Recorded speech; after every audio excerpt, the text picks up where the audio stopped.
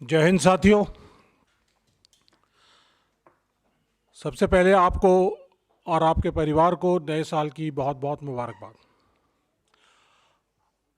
2024 शुरू हुआ है, तो इस शुरुआत में सबसे पहले मैं हमारे देश के जो सैनिक हैं, बॉर्डर पे तैनात हैं, उन लोगों को नमन करता हूं, सलाम करता हूं। और साथ ही पिछले 2023 में 137 अलग अलग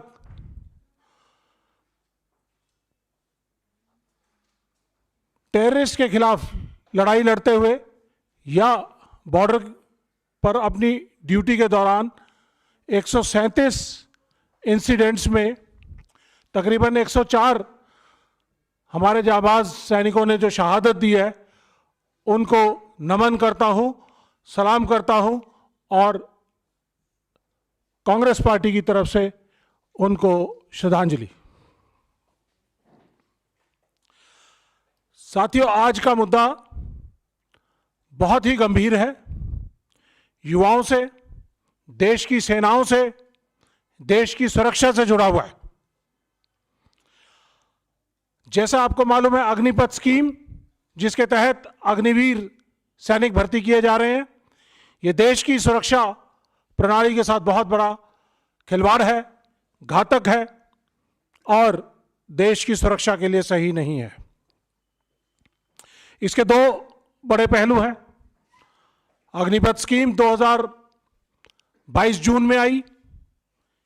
एक पहलू जो 2022 जून में स्कीम आने से पहले का है, और एक पहलू जो देश की सुरक्षा कमजोर हो रही है, देश के सैनिकों की संख्या कम हो रही है, वो दूसरा पहलू जून 2022 के बाद का है।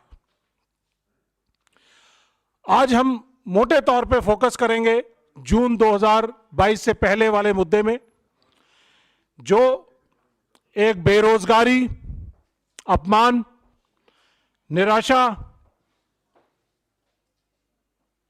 और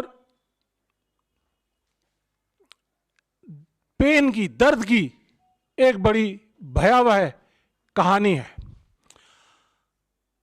2022 जून से पहले, अग्निपथ स्कीम आने से पहले, तकरीबन 1.5 लाख से ज्यादा युवा इंडियन आर्मी, एयरफोर्स, नेवी, इसके अंदर 2019 से लेके और 22 तक के बीच की जो भर्तियां अनाउंस की गई थी, उसके तहत अलग अलग चरणों में भर्ती की गए। उनके medical, physical, documentation, written examination complete किए गए। और उसके बाद 2022 31 मई तक ये बड़े खुशहाल सैनिक थे, देश की सेवा में, बॉर्डर पे काम करने के लिए तैयार थे, देश में भर्ती होने के लिए तैयार थे, और अचानक इनके देश सेवा के सपने को, देश प्रेम के सपने को तोड़ दिया जाता है। 31 मई तक वेबसाइट्स के ऊपर, डिफेंस वेबसाइट्स के ऊपर ये चयनित कैंडिडेट्स थे जो कि हमारे देश की सेनाओं में आगे जाकर काम करना था रेगुलर सैनिक के तौर पे। अचानक इनके सपने टूट जाते हैं, चूर चूर हो जाते हैं, और मोदी सरकार एक हथौड़े से इनके भविष्य का फैसला कर देती है कि अब आप देश के सैनिक नहीं बन सकते। ऐसे युवाओं, एयरफोर्स में 7,000 युवा थे जिन्होंने अपनी सारी प्रक्रिया पूरी कर चुके थे, सिर्फ ज्वाइनिंग लेटर का इंतजार कर रहे थे। 2019 से 22 के दौरान ये भर्तियां अनाउंस की गई थी, सिर्फ ज्वाइनिंग लेटर देना था, लेकिन वो नहीं दिया।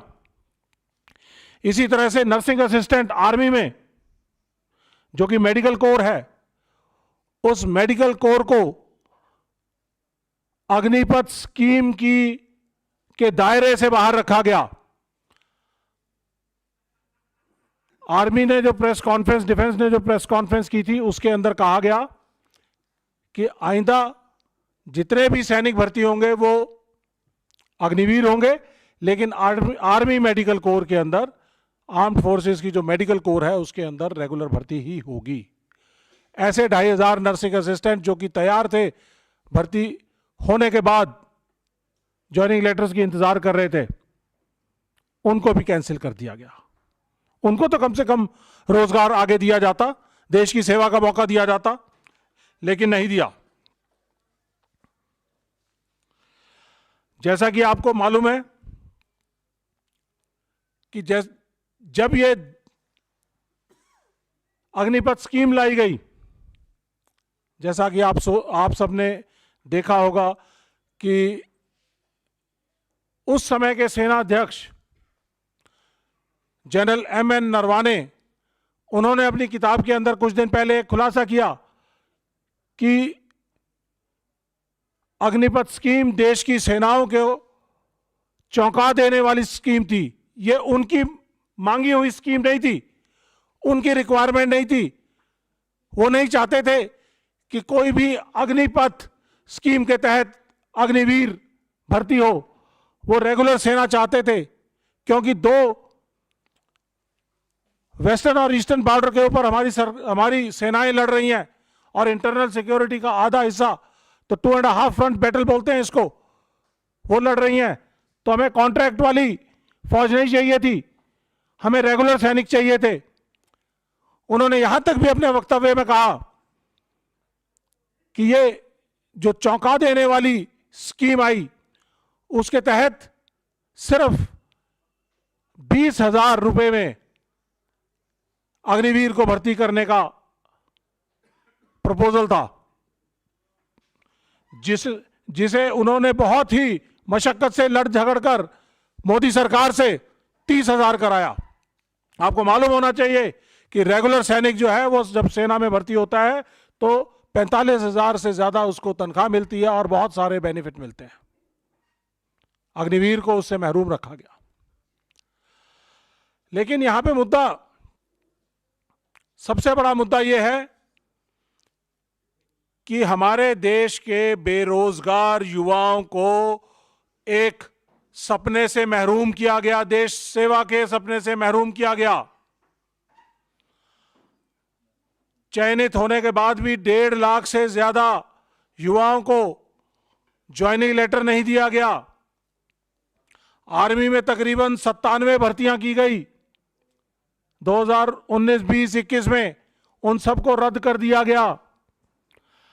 और सबसे बड़ा काम यह किया कि जो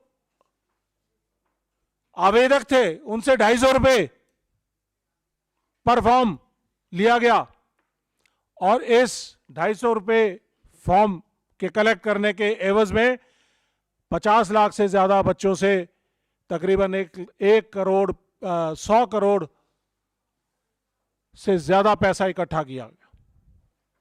ये 100 करोड़ का भर्ती स्कैम है मोदी सरकार द्वारा। इसके जिम्मेदार कौन? देश की सुरक्षा को कमजोर करने का जिम्मेदार कौन? और आपको यह जानकर अचरज होगा कि हमारे देश के मीडिया ने इन बातों को नहीं उठाया। हमने आरटीआई के जरिए भी बहुत सारी इंफॉर्मेशन कलेक्ट की, और जब ये युवा चंपारण से, बिहार चंपारण जो कि गांधी जी के सत्याग्रह की भूमि है, वहां से चलकर जब ये दिल्ली पहुंचे, हमें भी मालूम चला कि 1100 किलोमीटर लंबी यात्रा करके ये बच्चे वहां से पहुंचे हैं, जो पिछले 2 साल से गुहार लगा रहे हैं कि हमें ज्वाइनिंग दी जाए, हमें बेरोजगारी नहीं चाहिए, हमें समाज में इज्जत चाहिए। क्योंकि जब ये वापस गांव में जाते हैं तो इनको झूठा सैनिक कहा जाता है, प्रताड़ना की जाती है कि तुम तो झूठ बोल रहे थे। तो इस शर्म से ये लोग तकलीफ खाकर सरकार से गुहार लगाते लगाते थक गए, तो इन्होंने चंपारण से 1100 किलोमीटर की यात्रा शुरू की, पैदल यात्रा। सलाम करते हैं इनकी यात्रा को, इनके जज्बे को कि ये सरकार के साथ लोहा ले रहे हैं, लड़ाई लड़ रहे हैं। हमें जब मालूम चला, हमारे नेता को, जननायक राहुल गांधी जी को पता चला, तो उन्होंने कहा कि ये तो बहुत गलत कर रही है मोदी सरकार हमारे युवाओं के साथ, हमारी सेना के साथ। तो उन्होंने इन बच्चों को बुलाया, उन बच्चों की पीड़ा सुनी, उनके पेरेंट्स थे, उनसे बात सुनी। मालूम चला 64 बच्चे जो भर्ती हो चुके थे, सेना में ज्वाइनिंग लेटर का इंतजार कर रहे थे और सरकार से गुहार लगा लगा कर परेशान हो गए थे और देश सेवा के सपने को टूटने से दुखी थे, आहत थे, तो 64 बच्चों ने इस दौरान सुसाइड किए। इन 64 बच्चों के सुसाइड का जिम्मेदार कौन? सवाल पूछते हैं हम मोदी सरकार से कि क्या ऐसी मजबूरी थी कि आपने अग्निपथ स्कीम लागू की? जब अग्निपथ स्कीम आप लागू कर रहे थे, इन बच्चों को उसके अंदर समायोजित करना चाहिए था, लेकिन नहीं किया। आपको इन जो भी आप स्कीम लाते हैं, प्रोस्पेक्टिव, आगे के आने वाले समय से लाते हैं, पायलट प्रोजेक्ट करके लाते हैं ना। आपने पायलट प्रोजेक्ट किया, देश की सेना को धोखा दिया, देश के युवाओं को धोखा दिया। देश की सेना को इसलिए धोखा दिया कि उनको मालूम ही नहीं था कि किस तरह से अग्निवीर या अग्निपथ स्कीम आ रही है, और महज 4 साल के लिए उनको देश के सैनिक बनाया जाएगा और उसके बाद उनको बेरोजगार कर दिया जाएगा। देश के युवाओं के सपने को तोड़ने का काम किया। कम से कम आप जो पहले से भर्तियां अनाउंस की गई थी, उन भर्तियों को तो पूरा करते। जब आपने उनकी भर्तियों की सभी प्रक्रिया को पूरा कर दिया था, तो इनको ज्वाइनिंग करा सकते थे। ज्वाइनिंग करानी जरूरी थी, लेकिन आपने ज्वाइनिंग नहीं दी। आपने एक तुगलकी फरमान जारी किया अग्निपथ स्कीम का, और उसके तहत 1.5 लाख से ज्यादा युवा बेरोजगार, 64 से ज्यादा युवाओं जिन्होंने खुदकुशी कर ली। देश की सुरक्षा और सेना का नुकसान तो अलग हुआ। हमने एक आरटीआई के जरिए सरकार से डेटा मांगा कि 2022 में कितने लोगों ने भर्तियां देखी और 2023 में कितने लोगों ने भर्तियां देखी। ये चौंका देने वाला डेटा है। ये आरटीआई, जिसका जवाब मिनिस्ट्री ऑफ डिफेंस ने दिया है, उन्होंने बताया है कि 2022-23 इसमें जो डेटा है ये 2022 से लेके और 2023 मार्च के बीच का है। 34 लाख युवाओं ने भर्ती देखी, लेकिन 2023-24 के अंदर ये संख्या सिर्फ घटकर 10 लाख रह जाती है। तो इसका मतलब कहीं ना कहीं ये अग्निपथ स्कीम और अग्निवीर जो इसके तहत भर्ती किए जा रहे हैं, ये देश के युवाओं को पसंद नहीं है, देश के युवाओं के लिए सही नहीं है, देश की सेनाओं के लिए सही नहीं है। 34 लाख युवा जो 2022-23 में देश की सेना में आना चाहते थे, उनकी संख्या घटकर सिर्फ 10 लाख रह गई। 24 लाख युवा जिनके देश सेवा के सपने को तोड़ा है इस मोदी सरकार ने, उसका जवाब देना पड़ेगा। इसका एक और पहलू है। क्योंकि कम लोग भर्तियां देखने आ रहे हैं। तो जब इनका कंपटीशन पहले होता था, हजारों की तादाद में जब दौड़ लगाते थे, तो आगे के 40-50 बच्चों को सिलेक्ट कर लिया जाता था। 1 किलोमीटर और 600 मीटर की जो रेस होती है, उसके अंदर 4 मिनट और 45 सेकंड के अंदर आना होता है। एक्सीलेंट। पास तो 5.5 मिनट तक होता है। 4.5 मिनट के अंदर युवा कंपटीशन की इतनी तैयारी करते थे, 4.5 मिनट के अंदर दौड़ पूरी करके आ जाते थे, सैकड़ों की तादाद में। और उनमें से शुरू के 50-60 बच्चे लिए जाते थे।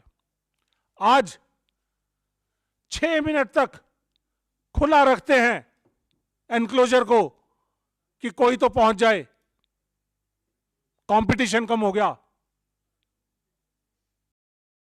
और जो क्वालिटी है उसके अंदर कॉम्प्रोमाइज हुआ। साथियों, मैं जानना चाहूंगा कि मोदी सरकार अपनी सभी स्कीम्स को बहुत बढ़िया तरीके से, कि ये बहुत अच्छी है, कोई उज्ज्वला योजना है, कोई सेल्फी वाला कुछ योजना है, हर तरह की योजनाओं के लाभार्थियों की बात करते हैं। अग्निवीर के लाभार्थियों की बात क्यों नहीं करते? अग्निवीर स्कीम अगर इतनी बढ़िया देश के लिए है, तो इसके लाभार्थियों को देश के सामने क्यों नहीं लाते? जो अग्निवीर स्कीम आने की वजह से बेरोजगार रह गए, उन युवाओं से क्यों नहीं बात करते? उनको क्यों नहीं सामने लाते? या जो अग्निवीर भर्ती हो चुके हैं, उनको क्यों नहीं देश के सामने लाते? क्यों? क्योंकि उनको डर है कि अग्निवीर वो अगर सबके सामने आए तो इसकी बहुत सारी खामियां बताएंगे। वो ये भी बताएंगे कि देश की सेना के अंदर भेदभाव हो गया है। एक ही यूनिट में 2 अग्निवीर और रेगुलर सैनिक साथ साथ उठते बैठते हैं, काम करते हैं। अग्निवीर को उससे आधी तनख्वाह मिलती है, 21,000 रुपये तनख्वाह मिलती है। दिल्ली का जो मिनिमम वेज है वो 22,000 रुपये का है। इंडस्ट्रियल एक्ट के जरिए उनकी मिनिमम वेज डिफाइन होता है। और हमारे सैनिक, जिसकी फंडामेंटल राइट्स को कर्ब कर दिया जाता है, आजादी बोलने की नहीं है, एक्सप्रेशन की नहीं है, बहुत सारे फंडामेंटल राइट्स कर्ब किए जाते हैं, उसको दिल्ली के मिनिमम वेज से कम दिया जाता है। कॉन्ट्रैक्ट का सैनिक देश को नहीं चाहिए। तो साथियों, मैं आपके जरिए मोदी सरकार से सवाल पूछना चाहूंगा। मैं कुछ एक दो चीजें और बताना चाहूंगा। ये बच्चे राजनाथ सिंह जी से मिले। ये फोटो है। राजनाथ सिंह जी ने इनको आश्वासन दिया कि आपकी ज्वाइनिंग जरूर होगी। यूपी चुनाव के दौरान मिले थे, आश्वासन दिया। ये चिट्ठी राजनाथ सिंह जी की है, आश्वासन की।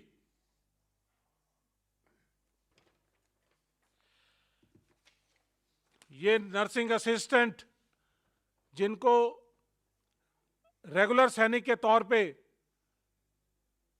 अग्निवीर स्कीम आने के बाद भी रेगुलर सैनिक के तौर पे जिनको लिया जाना था, उनकी भर्तियों को भी रद्द कर दिया गया। ये नर्सिंग असिस्टेंट है जो मेडिकल के अंदर, मेडिकल कोर के अंदर सेवाएं देते हैं। तो साथियों, मैं मोदी सरकार से साफ साफ सवाल करना चाहता हूं, पूछना चाहता हूं कि 100 भर्तियां आर्मी एयरफोर्स, जिसके तहत 1.5 लाख से ज्यादा बच्चे सिलेक्ट किए गए, उनको ज्वाइनिंग क्यों नहीं दी? उनको तुरंत प्रभाव से ज्वाइनिंग दी जाए।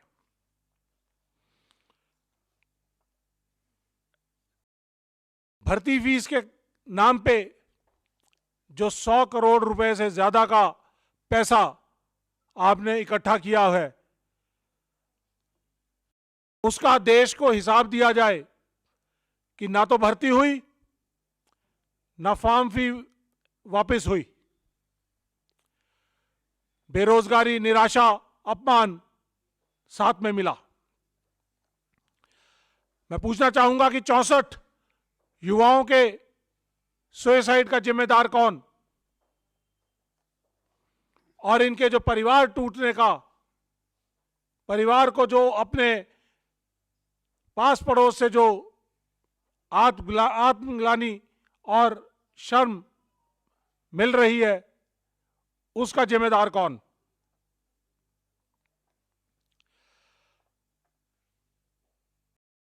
मैं मोदी सरकार से आपके जरिए रिक्वेस्ट करूंगा कि इन 1.5 लाख युवाओं को दर बदर भटकने ना दिया जाए, इनको सम्मान दिया जाए। इन्होंने सारी भर्ती प्रक्रियाओं को पूरा किया है। ये देश में रेगुलर सैनिक भर्ती होने लायक हैं, और इनको 1 साल पहले ही आपने भर्ती से महरूम किया है। इन सभी युवाओं को 1 या 1.5 साल का एज का रिलैक्सेशन देके इनको भर्ती किया जाए। ये मेरी मोदी सरकार से डिमांड है। और इसके साथ आखिर में मैं एक चीज और आप लोगों से साझा करना चाहूंगा। कुछ पुराने दस्तावेज हैं कि 6,34,000 एयरफोर्स के भर्तियों के लिए बच्चों ने भाग लिया, उनमें से 7,000 सेलेक्ट हुए। बहुत सारा कुछ है, राजनाथ जी से मिलने का प्रूफ है, बहुत कुछ प्रूफ है, लेकिन इन बच्चों को आज तक कोई भी इज्जत, मान सम्मान नहीं दिया। इन बच्चों को मान सम्मान दिया है हमारे नेता राहुल गांधी जी ने, अपने पास बुलाकर, इनकी पीड़ाओं को सुनकर, इनके दुख दर्द को जानकर, और इनको वायदा किया है कि हम सड़क से संसद तक आपकी बात को उठाएंगे और आपके साथ खड़े हैं। और आखिर में, ये कोई बड़ा पुराना नहीं, मेरे ख्याल से आज का ही है, जो सामाजिक पहलू है इसके साथ जुड़ा हुआ, इन युवाओं के साथ जो खासकर अग्निवीर भर्ती हो रहे हैं, क्योंकि 17 साल में भर्ती, 21 साल में बेरोजगार, 18 साल में भर्ती, 22 साल में बेरोजगार, उनके साथ शादी करने के लिए लड़कियों ने इनकार कर दिया कि अग्निवीर हो तो शादी नहीं करेंगे, रेगुलर होते तो जरूर करते, क्योंकि परिवार की सुरक्षा एक रेगुलर सैनिक के साथ जुड़ी हुई है, जो अग्निवीर के साथ नहीं जुड़ी हुई। तो इसलिए आखिर में यही कहूंगा, सरकार चेत जाइए, वरना 2024 में आपसे लड़ाई लड़ने के लिए हम तो तैयार ही हैं, वरना ये 1.5 लाख बच्चे और बहुत सारे जो युवा जिनका आपने सपना तोड़ा है, वो भी आपको इस दिल्ली की मगरूर सत्ता से बेदखल करने का काम करेंगे। बहुत बहुत धन्यवाद। और अंत में, जुड़ेगा भारत, जीतेगा इंडिया, और इस न्याय की लड़ाई को 14 जनवरी से हम सब लड़ने के लिए तैयार हैं, भारत न्याय यात्रा में शामिल होकर। बहुत बहुत धन्यवाद। कोई सवाल? बिल्कुल लीजिए आरटीआई की फोटो। अच्छा, जरूर जरूर।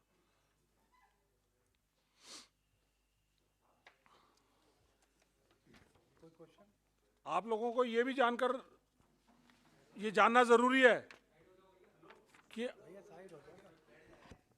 ये अलग अलग भर्तियों के अंदर जो सिलेक्टेड कैंडिडेट्स हैं उनकी लिस्ट है, जो 31 मई 2022 तक वेबसाइट्स के ऊपर थी अग्निपथ स्कीम आने के बाद, और अपडेट है, अपडेटेड है।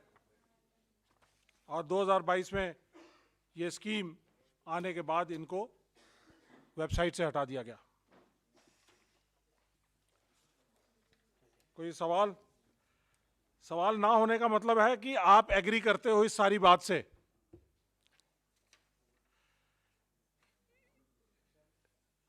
एम आई राइट? कि देश की सेना मजबूत होनी चाहिए। देश तभी मजबूत होगा जब देश की सेना मजबूत होगी।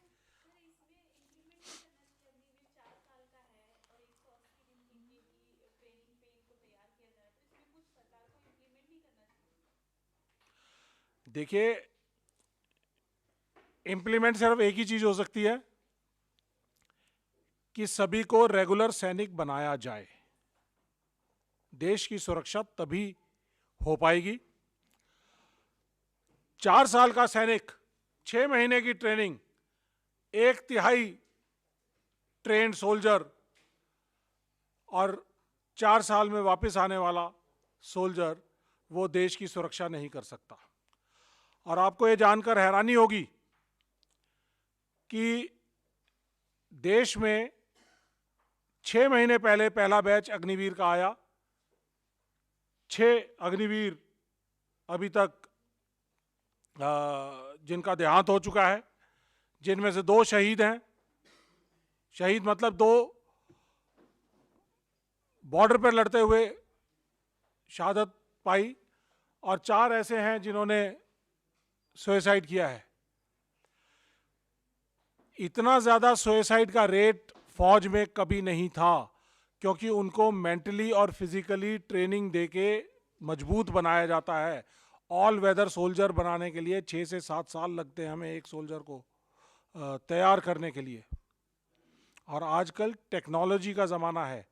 हमें आज से 5 या 6 साल बाद हमारी सेना की जो संख्या है वो 1/3 रह जाएगी।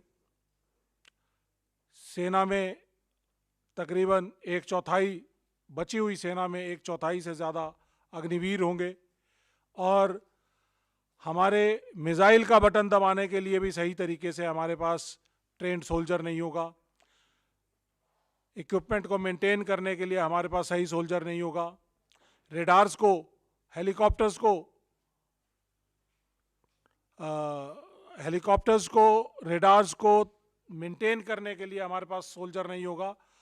आपको ये जानकर हैरानी होगी कि जब एक जहाज या हेलीकॉप्टर को या एक टैंक को चलाया जाता है, उसको चलने से पहले उसकी इंस्पेक्शंस होती हैं।